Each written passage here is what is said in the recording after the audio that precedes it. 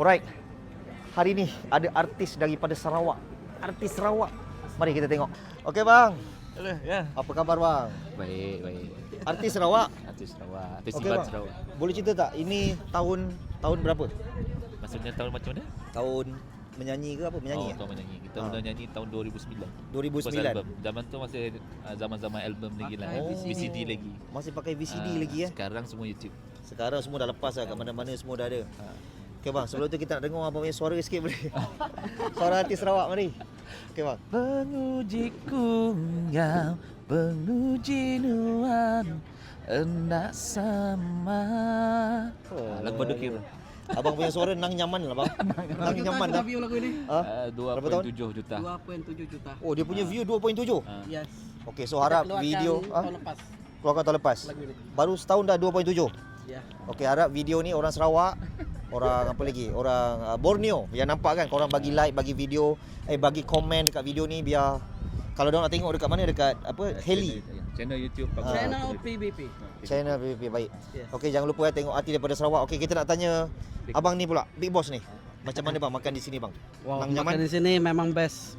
Kita ambil apa tadi? Megatron Megatron. 2 King Boleh Crab. habis, boleh habis tu. Banyak. Lobster 2. Ya, lobster Oh, 2. tak dapat habis. King crab. Ya, tapi sangat best. Sangat best. Sangat best. Yes. Sedap bang Ya. Okey, kita nak tanya abang ni pula. Bagus, Sarawak bagus. di mana bang? Sarawak Sibu. Sibu. Ha. Okey bang, saya nak dengar abang cakap Sarawak sikit. Panggil orang Sarawak datang ke situ. Jom sini. Okay, Macam mana? makan stok dan nyaman best. Sedap gila lah.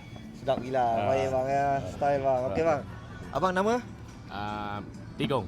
Okey bang, Sarawak juga. Ya, Berapa ya. lama tengok video saya ni? Ada kurang 3 tahun dah. Oh, lama betul bang. Ya, ya, Baru berkesempatan ya. Ya, ya. Tapi puas hati makan kat sini Ya, ya. Baik, terima kasih semua daripada Sarawak. Dan ini family kak, boleh lambai sikit kak? Orang-orang Sarawak. Baik, nang nyaman bang ya. Nang steady orang Sarawak. Baik, nang sedap. Nyamai, baik. Nyamai baitu apa cakap? Sedap. Nyamai. Sedap. Nyamai itu sedap lah. Baik bang, terima kasih banyak ya. Take picture sekejap boleh? Okey, jom take picture. Tolong boleh Putra? Ini pakai saya. Okey, yang nampak video saya, bagi saya satu like, satu share untuk orang Sarawak. So orang Sarawak, orang Kalimantan, jangan lupa bagi saya bagi saya follow. Kalau yang belum follow, tolong tekan button follow. Kalau nak datang, korang boleh ni, boleh type saja ni. Nasi lemak lobster JB. Boleh nampak nasi lemak lobster JB, korang boleh type saja.